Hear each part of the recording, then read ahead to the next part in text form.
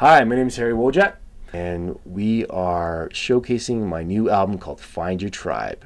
Well, you know, originally when I came up with the name, I thought it was sort of more of a personally related thing. But the more I've played with this band, I would have to say the band is the tribe. You know, yeah, and they've been like a second family to me.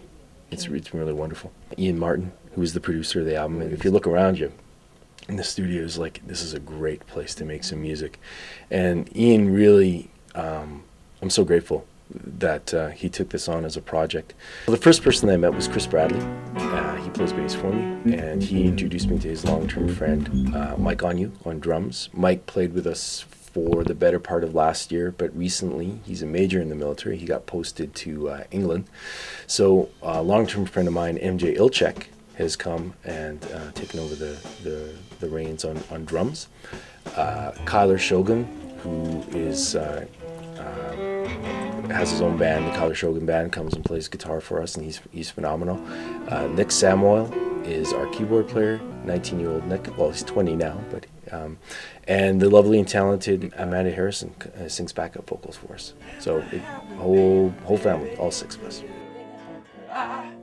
What are your influences? I like Ben Harper as an artist. I mean, he can rock it out. And David Gray is another big influence of mine. Obviously, a lot of the old traditional bands, you know, the Rolling Stones and the Beatles as well. And you know, but I'm as influenced by classical music as I am by Led Zeppelin. Really, you know, music has been a huge part of my life. Yeah. So it's interesting what comes out in your music, and maybe on some level I'm influenced by things I don't even know. With my first album, it was a lot more autobiographical than this one. This one, I think, decidedly more sort of a third-person perspective, and just the first album was a lot more about just my own personal experiences, and this album, I think, was I just drew my influences from I don't know, current events. So thematically, it didn't kind of follow like a simple or singular course, but there was a lot of influences sort of out that I drew from the outside, and try to pull them into a context. And I think the interesting thing about that is I hope so anyway, that it allows people to relate to the music as something they can identify with as well. How would you describe the sound of the album? It's a rock album. Rock album. Yeah, it's definitely a rock album. We used, I mean, if you look around the studio, and Ian's got some, you know, top-notch gear, and but we used a lot of vintage equipment to get that vintage tone, right? But really high-end equipment to capture it.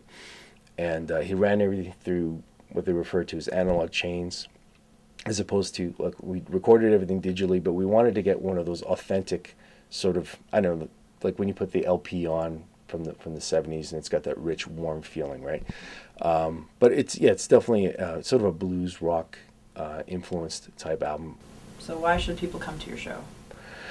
Well, you know, I mean, for what music's given me in my whole life, which is, I mean, it would take longer than this interview to kind of describe that for me. If I in some way can give that back to people, that's really what it's about. It's about sharing, right? I mean, coming in the celebration of music and the opportunity. And I mean, I know we're all busy, we're all running full out, but you know what? Let's all get together. Let's just sit back. Let's enjoy some music. You know, enjoy each other's company, and it's